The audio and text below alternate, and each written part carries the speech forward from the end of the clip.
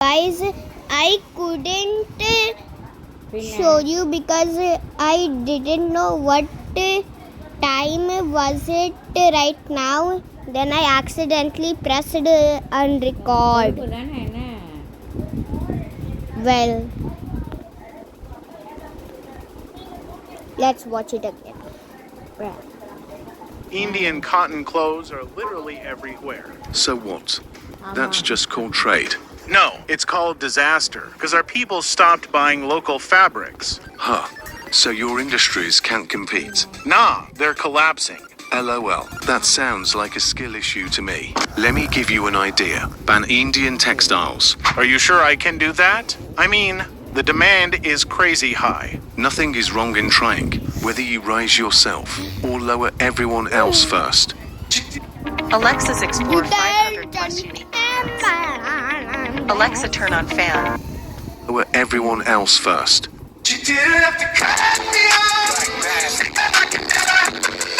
Yes, India's exports were too good. Indian cotton clothes were so popular that European governments literally tried banning them because local industries couldn't compete. Europe basically said this fabric is too good. Ban it. India had skilled artisans, advanced steel production, shipbuilding, and global banking systems. Bengal alone generated massive wealth. European travelers arrived in India and thought parts of it looked richer than London itself. Imagine the iPhone releasing, but only one country can manufacture it perfectly. That was India with textiles. Bro, India didn't become rich through conquest. It became rich through trade. And then, a trading company arrived. Not an empire. A company. I think you understood which company I'm talking about. The British East India Company. The British East India Company originally came for business, but business slowly became control, and Britain faced two choices. They chose option B, and this is where history gets dark.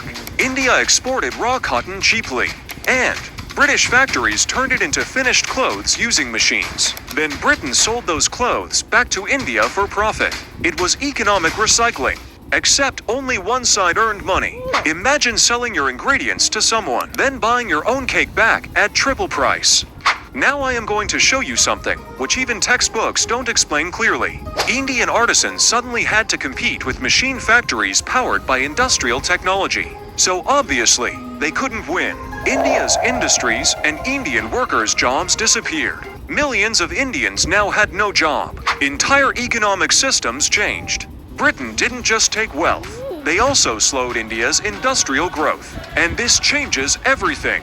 British created economic policies and laws that pushed India to produce raw materials like cotton and indigo, instead of allowing Indians to build their own factories and manufacture finished products. Why? Because an industrial India would become too powerful. Guys, think about it. If India industrialized during the 1800s, then Europe might never dominate global economics. The countries leading the world economy today might not be the same at all. Plot twist, Indian taxes even paid salaries of British soldiers ruling India. Britain became rich faster, but they created a long-term economic imbalance. Remember the beginning. I said, in year 1700, India controlled 1/4 of the world's wealth, around 24 to 25% of global GDP. So now let's ask the question your teachers never answered. What if Britain chose option A instead? What if, instead of draining India's wealth, they industrialized India? How would India's GDP look? Its GDP per person, its population, military, and global power. And the answers are honestly not what most people expect. Before we continue, make a prediction in your head. Do you think India becomes richer than modern America, or does something unexpected still stop it?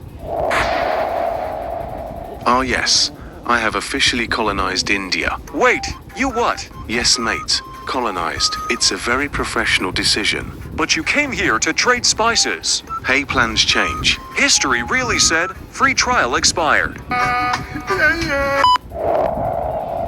Alright, I have a plant. Sorry, I mean plan. This editor can't even write scripts properly. I'm listening, but I don't trust you. Instead of directly taking wealth from you, We will build industries here. Wait, that's illegal. Colonizers don't do that. Yeah, well, what else can I even do now? Our editor is so stupid that he ran out of ideas. Emotional, damn it! Machines would arrive in India decades earlier, which would speed up things by 2 times, 3 times, or even 10 times. Steam engines will roar in Bengal. Textile factories also will grow in Bombay. Steel plants would absolutely rise across the subcontinent. So, we're making finished products now, Yes, and selling them worldwide. yes, And the money stays here. mostly. Damn, I accept this timeline. And this single change creates a chain reaction nobody in 1700 could imagine. Actually, when you build one factory, it never stays just one factory. People move there for jobs, shops open, and roads get built. More businesses would show up because money is flowing. Where is money? There is honey. And before anyone even realizes it, a small industrial town turns into a massive city. Then another factory appears. And another. Like this, one day India won't be just selling raw materials anymore. It's gonna build the finished products the whole world wants. India goes from seller of resources to maker of everything. We handle global finance. We build the world's goods. Deal. Here's a secret most history classes never talk about. If India industrialized early, India would gain independence much earlier too. Not in 1947. It would be more like somewhere between the 1880s and early 1900s. Why? Because countries usually gain independence when 3 things start growing at the same time. What are those 3 things? An educated population, a strong local economy, and powerful industrial elites who want political control. And industrialization accelerates all 3. So, if we built the industries, run the economy, and power the empire, then why are we not ruling ourselves? Why are you asking me such an uncomfortable question? So in this timeline, India doesn't fight for independence because it's weak. It gains independence because it becomes too strong to control. But wait, history still has one unavoidable event. Partition. अब किसी का भी mobile number डालें और तुरंत पता करें वो कहाँ है। मोबाइल नंबर लोकेटर ऐप देता है सटीक और रियल टाइम लोकेशन। अपने दोस्तों, परिवार या किसी भी नंबर की लोकेशन जानना अब हुआ आसान। अभी डाउनलोड करें। Wait, history still has one unavoidable event. Partition. Even in this timeline, political tensions still exist. Partition still happens. That is basically inevitable. But there is one good news. The outcome looks very different. Both countries would be already developed.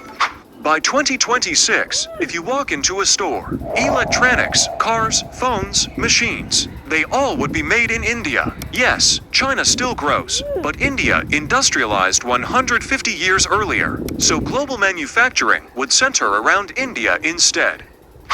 What would be its GDP? GDP per capita, population, military. GDP would be around 22 to 30 trillion dollars. That means India would become top 2 economy, possibly rivaling USA instead of China.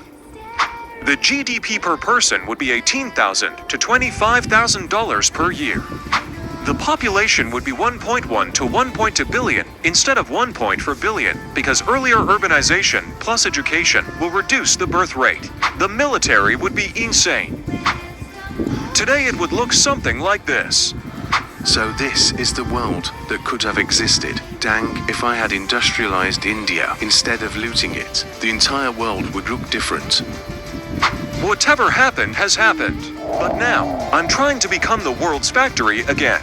Imagine waking up one day and realizing your phone, your movies, your games, your food, your internet trends are all being controlled by one country. And that country is in...